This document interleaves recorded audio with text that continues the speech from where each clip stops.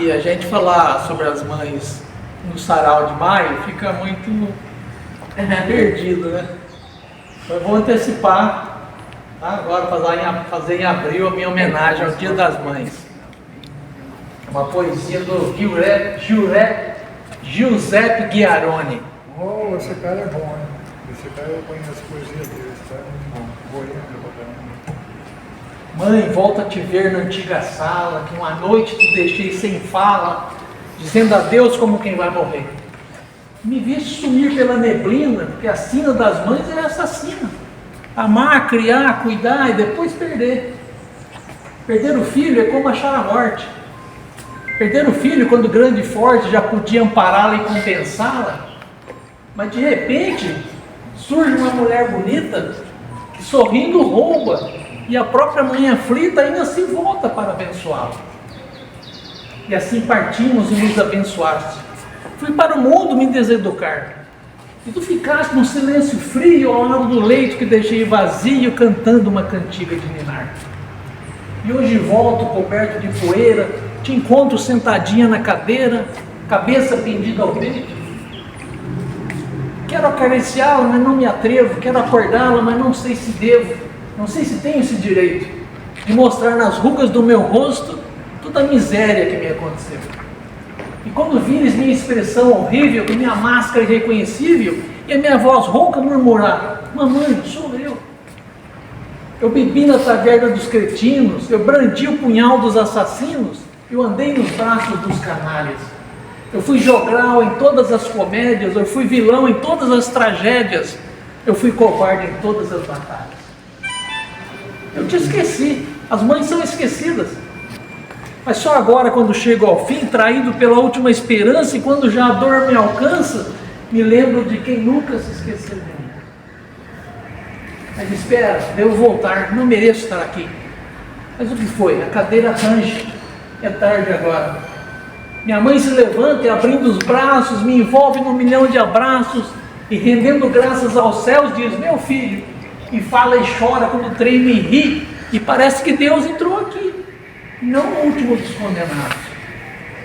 E o seu pranto que rola em minha face é quase que como se o céu me perdoasse e livrasse de todos os meus pecados.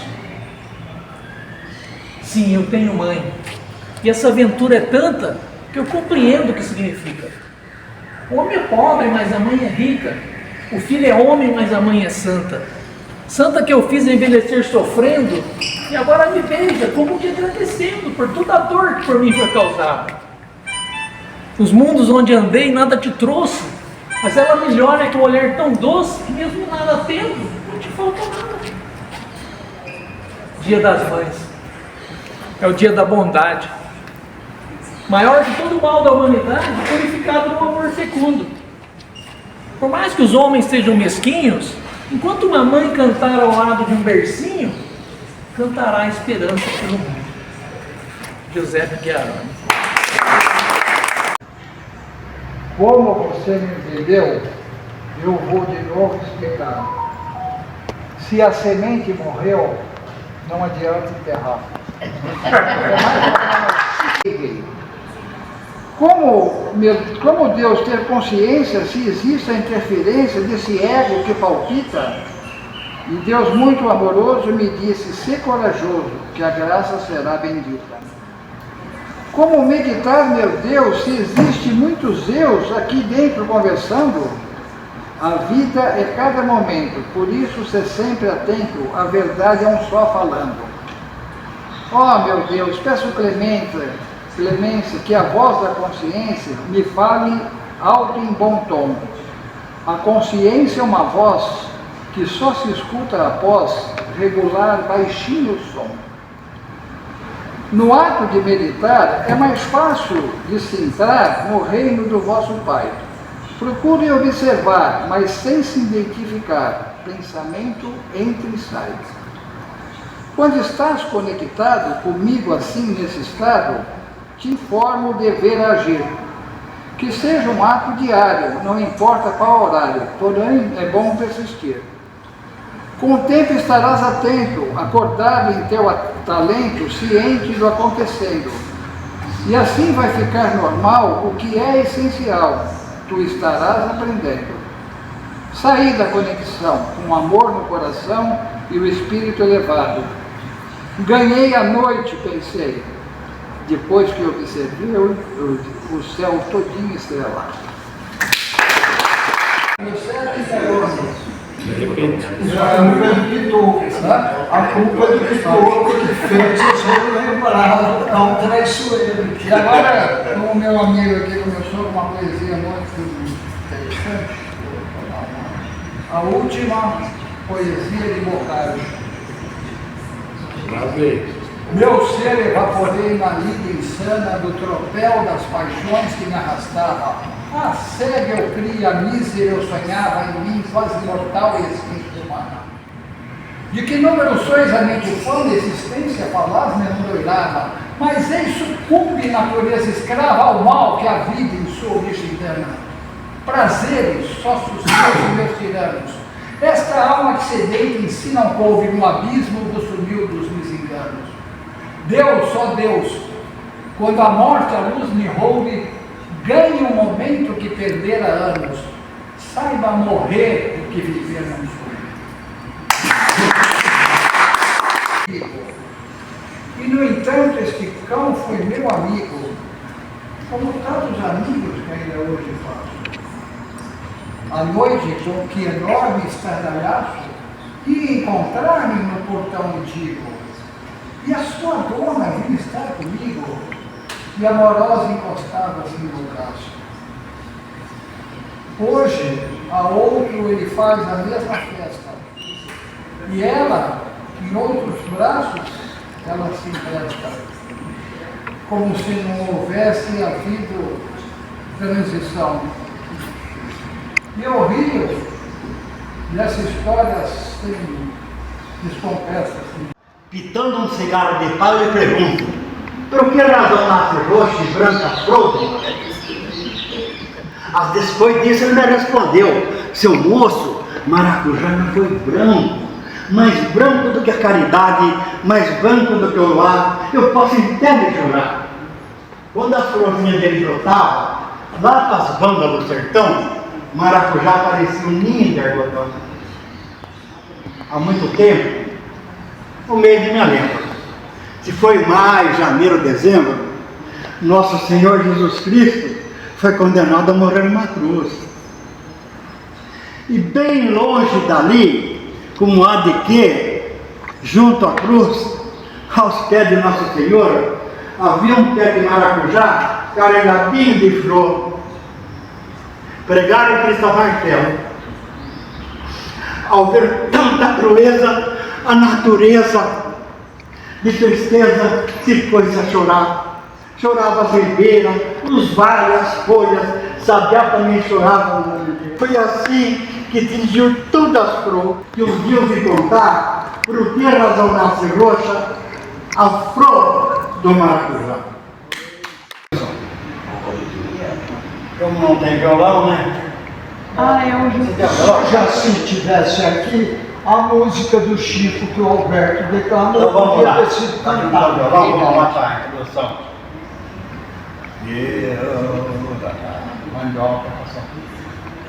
Eu falei pro botequeiro, traga as duas misturadas, que hoje eu vou encher a cara pra esquecer aquela malvada. Ele depois acerta essa e também aquela. Ele ligou o rádio e tocou Ana Castela. Chico botequeiro, vender fiado. Pitou era um cachorrinho que eu tinha, que eu ganhei do meu padrinho numa noite de Natal. Era esperto, bem vivo, pulava daqui para lá, de lá para cá. De manhã cedo, quando eu me levantava, ele que me acordava, os seus latidos sem parar. Ele fazia tanta festa, até lambia minha testa, queria até me beijar. Era um domingo de mês, dia de Santo Inês, tinha festa no arraial. E a minha mãe, com as criançadas, tudo de roupa trocada, saímos pela estrada, na capela para rezar. E eu fugi por um caminho, com o pitoco e o bodoquinho, tacando uma pelota, fazendo virar cambota, um pobre de sabiá. Pitoco ia correndo na frente, dando sarto de contente, e enrolando nos capinzás, sem nada poder ser mais. De repente, gritei por Virgem Maria, ai, uma arma ficou fria que me podia me salvar. Um urutu das manelas no galho pendurado, pronto para o bote me dar. Pitoco ficou arrepiado, com seus olhinhos regalados, deu um salto mortal, se combateu com a serpente, repicou tudo de dentro, mas não pôde se salvar. Coitado, morreu latindo, com seus olhinhos fechando devagar. Até parece que ele sorria da minha patifaria de não poder lhe salvar. E hoje, nesse mundo tão louco, onde os amigos são tão pouco, depois que morreu Pitoco, nunca mais vou ter igual. Tempo de meninice. Eu comecei com um poema de Vilmara Capanema, O Acordar na Infância. Quando ouço um galo cantar, anunciando a manhã que se inicia, viajo para muitos lugares vividos, por exemplo, o quintal da minha infância. O dia começava cedinho, com o galo cantando esperança e acordando o nosso sono da criança. Num convite para mais um dia de aventuras, naquele pedaço de terra abençoado, onde tudo era sonhos e travessuras. Momentos que foram eternizados e que caminham lado a lado com o tempo presente, que insiste em voltar no passado e se recusa a ficar ausente. Basta apenas um canto do galo, no final da madrugada, onde o escuro começa a terminar. A infância anda de mão dadas com o adulto que sou, e vez por outra me pega pelo braço e me faz voltar onde tudo começou, porque lá existe a pureza, a inocência, a simplicidade e a alegria de simplesmente ser criança. Eu me reconheço nesse poema. Então eu escrevi. A minha infância transcorreu, apesar dos entreveros, bastante despreocupada, indiferente aos problemas e dificuldades de meu pai e minha mãe. O que importava mesmo era brincar, correr pelos pastos, subir em árvores, apanhar frutas, tangerina, goiaba, laranja, manga, jabuticaba e outras. Tudo fora plantado no quintal de nossa casa pela minha mãe. Nossa moradia era muito simples. O chão era de terra batida. E para baixar a poeira, minha mãe espalhava um pouco de água. Meu pai trabalhava de sol a sol na roça. Plantava café, arroz, feijão, milho e amendoim. Só na época da colheita é que viam algum dinheiro. Então íamos à cidade, naquela época um vilarejo com cerca de 10 mil habitantes, e comprávamos tecidos para minha mãe costurar nossas roupas, bem como calçados para todos nós. Não exigíamos nem precisávamos de muito para ser felizes. Que bons tempos eram aqueles. Só folguedos, brincadeiras, tudo era festa. Pensando hoje sobre aquele tempo, tenho que dizer que possuímos muito mais do que a maior parte das crianças de agora. Pais preocupados com a gente, comida natural, sem agrotóxico, frutas à vontade, tudo saudável. Carne de vaca era algo raro, porém tínhamos frango, porco, ovos, leite, queijo, legume, tudo bem racionado. É verdade, pois minha mãe não esbanjava nem desperdiçava nada. Economia era a ordem de todos os dias. Na infância daquele tempo, as crianças eram bem mais inventivas do que as de hoje. Principalmente as crianças pobres como nós. Não tinham bonecas, carrinhos ou quaisquer brinquedos caros. Por isso nós criávamos brinquedos. Cacas de vidro se transformavam em utensílios domésticos. Pedacinhos de lenha se tornavam carrinhos ou armários. Minha primeira boneca foi tecida de cabelos de milho. Depois, minha avó fez para mim e minha irmã uma boneca de pano bem simples, não como as sofisticadas de hoje em dia. Para nós era linda como uma princesa. Como tudo era bom, divertido, sem complicação. Quando íamos à cidade, com minha mãe, era uma festa. Eu não gostava de calçado, andava sempre descalço e assobiada na mão.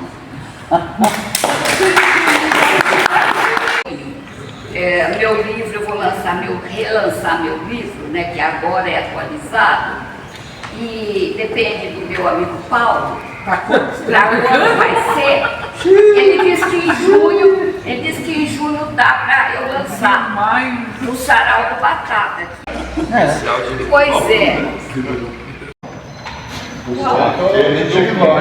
Sério, gravíssimo. A sua ausência era um problema. Então agora você precisa fazer.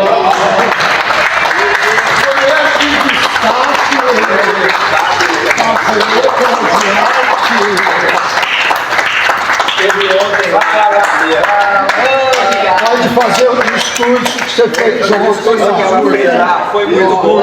Foi muito legal. Foi elogiado esse discurso que vieram os bastidores falar, né? Ainda bem que porque normalmente quando o Sérgio coloca as propostas, a gente vai fazer tal, e já vem com a lista pronta. Dessa vez ele colocou lá no grupinho do WhatsApp, falei, tem uma pessoa, tchau. Aí, opa, olha só, é diferente do que normalmente, né? Mas assim, tinha lá o pessoal artista plástico, então assim, áreas bem distintas. Cantora, já tá tomando. E aí, artista plástica, arquiteta. Mas foi muito legal. Muito diferente. Tem a fala do E a presidente. bibliotecária aqui. A fala do presidente que sempre, né, meio assim, mas tudo bem, né, deixa pra lá, mas teve o frase lembra tocando no final. Foi muito legal. Foi um ponto bacana, foi bacana. O problema foi o vento. Tenta relevar isso, mas eu achei muito bom e o discurso dela foi assim, supimpa. E teve elogios que vieram a me dizer assim, olha, a sua escolha foi muito boa. Então, eu agradeço a Suzy de aceitar e ela vai falar um discurso. Não, eu agradeço. Pode fazer o discurso agora. Nós somos da sua parte. Ora. Foi muito bacana. 12 mulheres, né?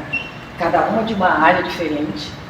E não sei se foi intencionalmente, mas assim foi muito legal, porque entre essas mulheres estava eu, uma pessoa preta, e uma mulher indígena, Guarani. E ela foi toda paramilitar, né? E eu fiquei muito orgulhosa de ser um universo tão diferente, né? De pessoas de origens diferentes ali na hora participando.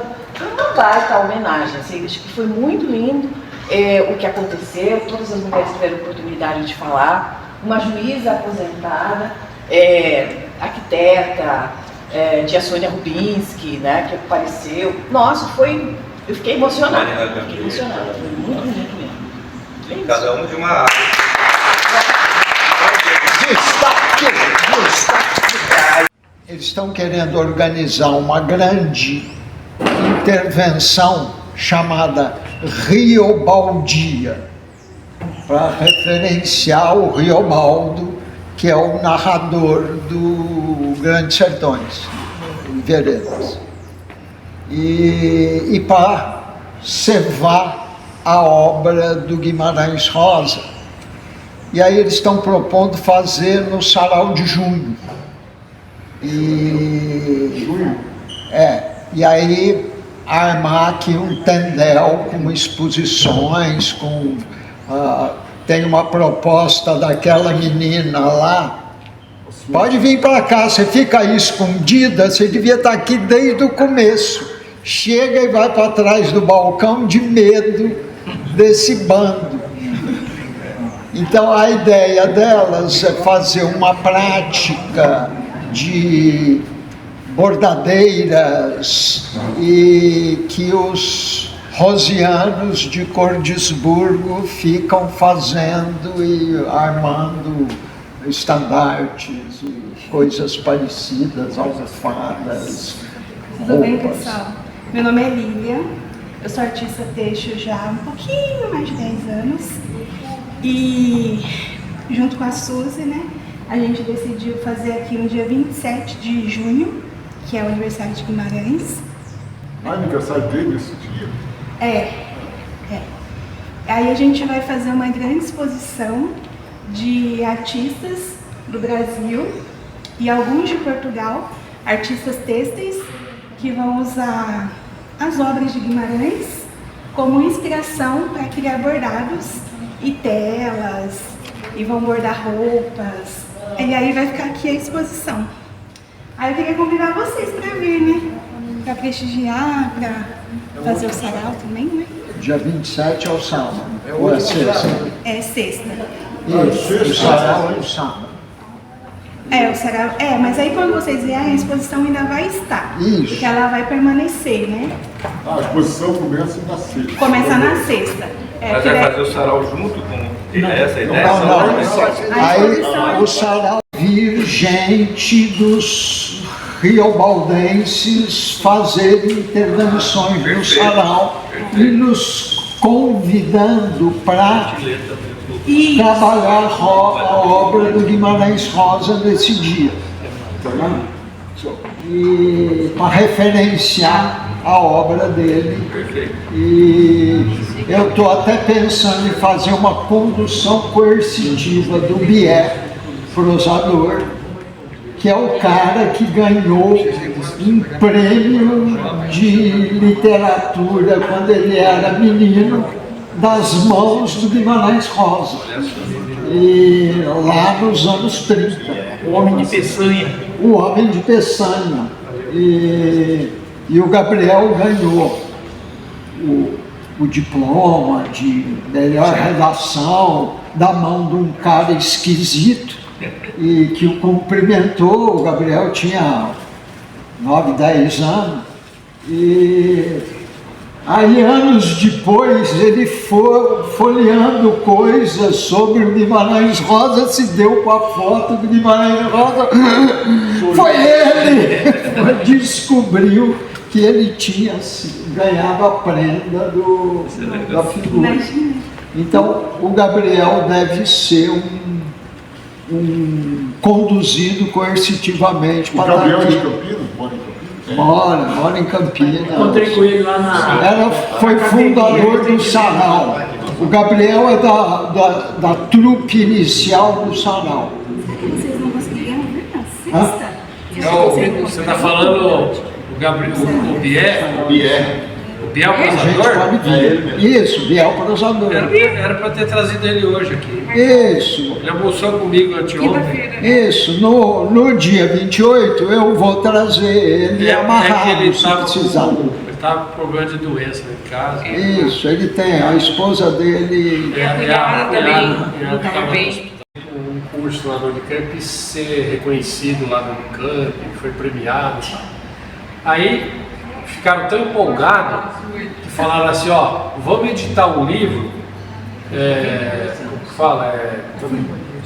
com vários autores, né, que estavam lá no curso, vamos editar um livro, e esse livro vai ser, assim, todo ano vai ter um livro igual a esse, né?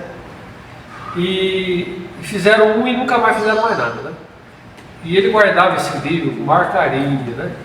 Aí um dia veio aqui em Campinas um ministro do país aí, que foi amigo lá da época de Peçanha, lá, que conheceu.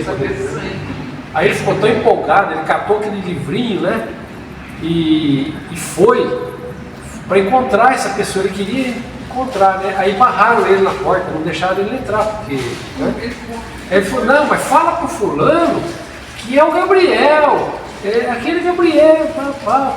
Aí alguém, o assessor foi lá e falou. Aí o cara falou, não, manda ele entrar aqui, Gabriel. Aí ele pegou, mostrou o livrinho e contou, tal. Aí esse ministro, que eu não lembro o nome agora, falou assim pro assessor, ó, guarda aqui para mim o livro, depois eu quero dar mais uma olhadinha. E aí passou um tempo e nada. E aí ele foi atrás desse assessor, parece que era alguém de Campinas. E o cara sumiu com o livrinho dele. Ele está tão magoado até hoje e que eu preciso achar um livro desse. Talvez tenha na biblioteca da Unicamp lá. Na editora. Na editora. Uma cópia dele. Como é que chama o livro? Eu tenho em casa, eu não tenho aqui marcado, não vou te passar. Muito bom. Lilian. Lilian. Bom. Iaiá, fruta do conde, castanha do Pará, entre outros pratos típicos, com azeite de dendê para poder passar.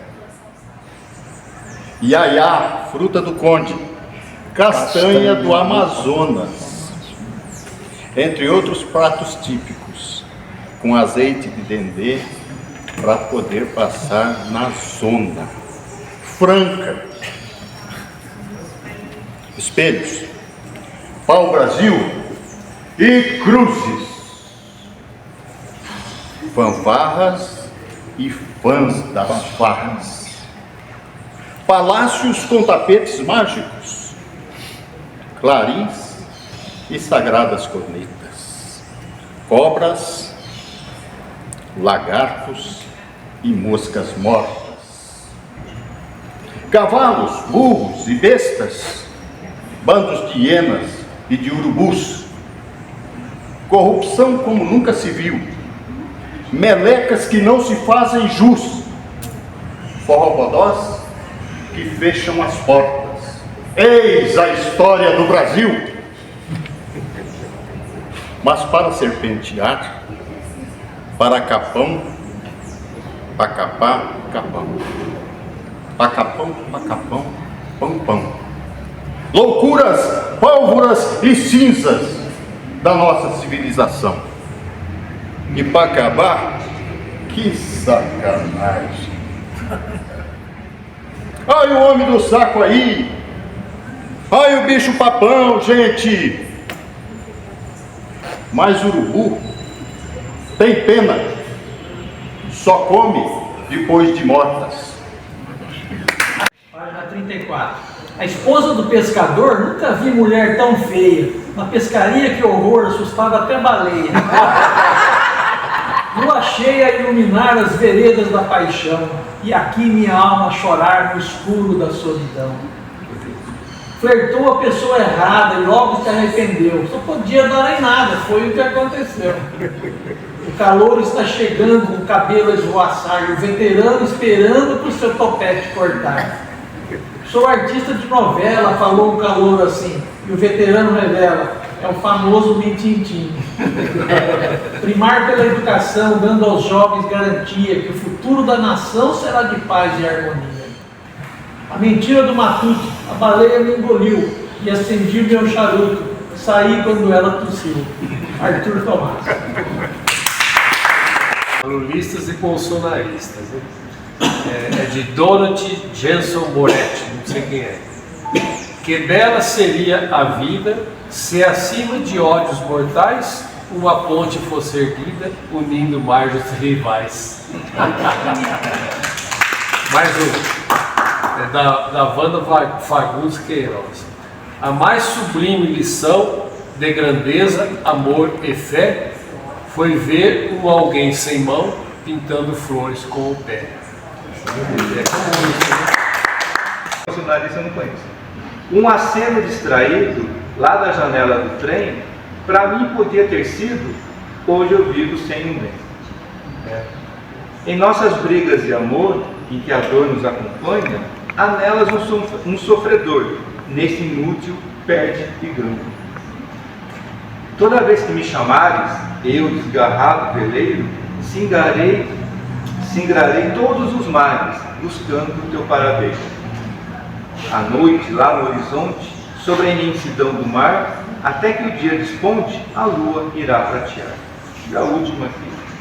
Na cadeia de montanhas, onde a esquiar comecei, as quedas foram tamanhas que um hematoma eu virei.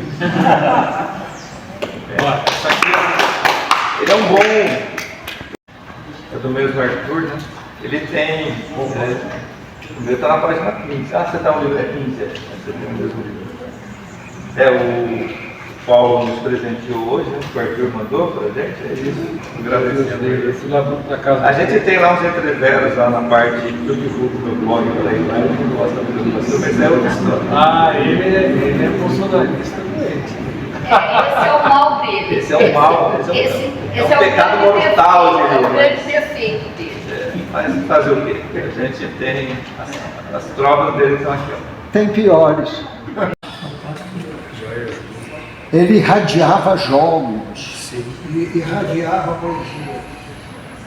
E eu não sabia disso, da vertente. Eu não sabia que ele era de Campinas, não. Sim. Na academia deles. Ele era daqui. Aqui no Cadê, mas eu estudei um pouco passado, mas ele era um grande poeta, né? Eu era Júlio, poeta campineiro. Sim. Ele fez uma carreira boa no rádio. Da noite, da madrugada de estranhas vozes, e o ruído da maçaneta, e o gemer do trinco, o bater da porta que novamente se fecha, o tilintar inconfundível do moro de chaves, são um doce acalanto, uma suave cantiga de ninar. Só assim fecho os olhos, posso afinal dormir e descansar. Oh, a longa espera, a negra ausência, as histórias de acidentes e assaltos que só à noite como ninguém sabe contar. Oh, os presságios e os pesadelos, o eco dos passos nas calçadas, a voz dos bêbados na rua e o longo apito do guarda medindo a madrugada e os cães uivando na distância e o grito lancinante da ambulância. O coração descompassado a pressentir e a martelar na arritmia do relógio do meu quarto, esquadrinhando a noite e seus mistérios. Nisso, na sala que se cala, está-lhe a gargalada jovem da maçaneta que canta a festiva cantiga do retorno. E sua voz engole a noite inteira, a noite imensa, com todos os ruídos secundários, os cimbalos do trinco, e os clarins da porta que se escancara, e os guizos das muitas chaves que se abraçam, o festival dos passos que ganham a escada. Nem as vozes da orquestra e o tilitar de copos, e a mansa canção da chuva no telhado, podem sequer se comparar ao som da maçaneta que sorri quando meu filho volta. Que ele retorne sempre são e salvo, marinheiro depois da tempestade, a sorrir e a cantar, e que na porta a maçaneta cante a festiva canção do seu retorno, que soa para mim como suave cantiga de ninar. Só assim meu coração se aquieta, posso afinal dormir e descansar. Joia de que te partiste, você sabe qual é a origem dele? É um selo dessa vida descontente. Isso. Você sabe qual o céu eternamente, e vive na terra sempre triste. Você sabe a origem disso? Ele levou uma mulher dos caminhos por onde passou e se envolveu com ela. E estavam navegando próximo da Índia e teve a caravela naufragou. E aí, entre salvar a parceira ou os Lusíadas, ele saiu nadando com os Lusíadas fora d'água e deixou a parceira se afogando no naufrágio.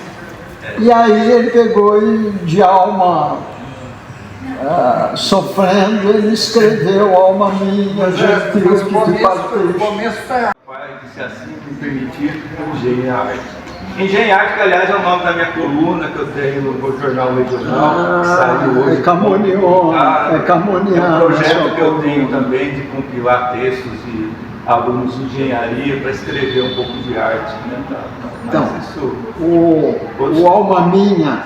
Onde tinha a força humana e entre gente remota edificaram novo reino, tanto sublimado. E parando porque não vai o resto. Mas vamos lá. Soneto do nosso Camões, lá dos primórdios, ele tem, pelo menos a compilação que eu tenho aqui, todos os sonetos dele não tem título, né? Mas é tudo, a temática é amor. Então eu vou ler 2 em seguida aqui. Camões.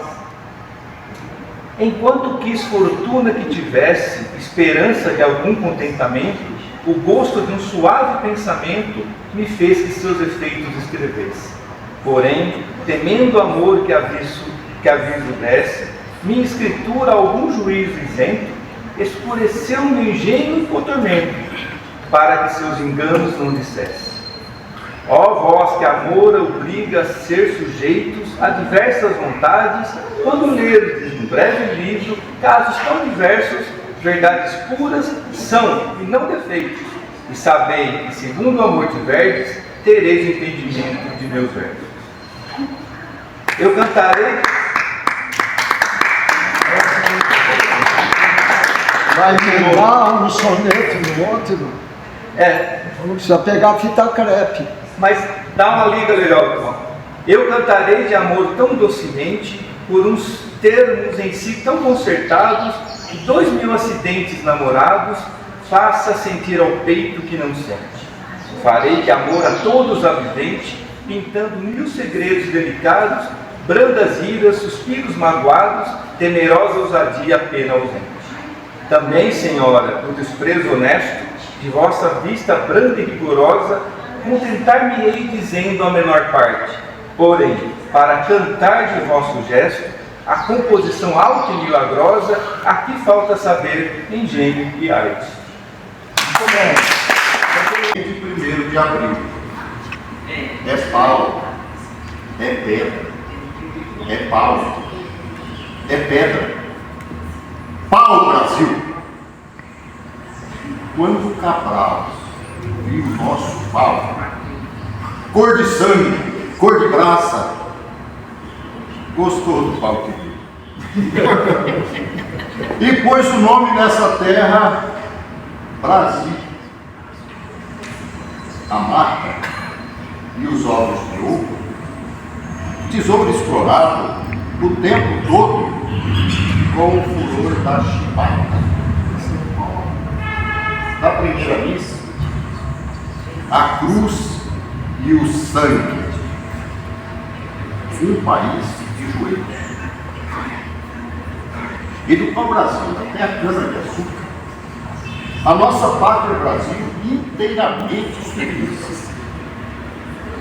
A vida no palácio é de rara beleza, enquanto os pobres anseiam por melhor sorte, sem alegria e sem ter o que servir na mesa.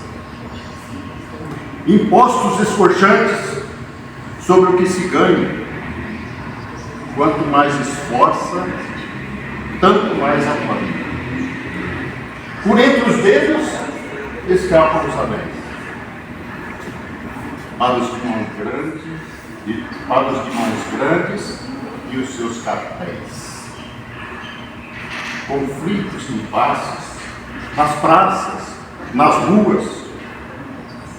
Quem menos se esforça, promove as falcatruas. Mas não deve montar em cavalo chuco quem não tiver bom preparo. Conhecimento, coragem, tempo, tino e faro. É pau, é pedra, é pau, Brasil. O choro no casamento. A filha confidencia, a mãe concorda o noivado. Depois do dia aprovado, a mãe teve a regalia de haver providenciado de como acontece o dia. Qual traje será usado cada madrinha e padrinho? Quem estarão lado a lado e o trajeto do caminho? do buquê foi pelas flores envoltas em lindo lastro, em um delicado maço que ela escolheu as cores. Vestido branco bordado com véu caldado e rasteiro, muito bem encomendado para um grande costureiro. A música principal, um grande violinista, junto com um trio vocal e um cantor exclusivista. Também a recepção, o banquete e a banda até, champanhe, bolo e café e um mimo recordação. Tudo tão bem planejado e no dia anunciado, a mãe começa a chorar. Ao ver que é o pai confiante que leva a noiva adiante e entrega ao noivo no altar.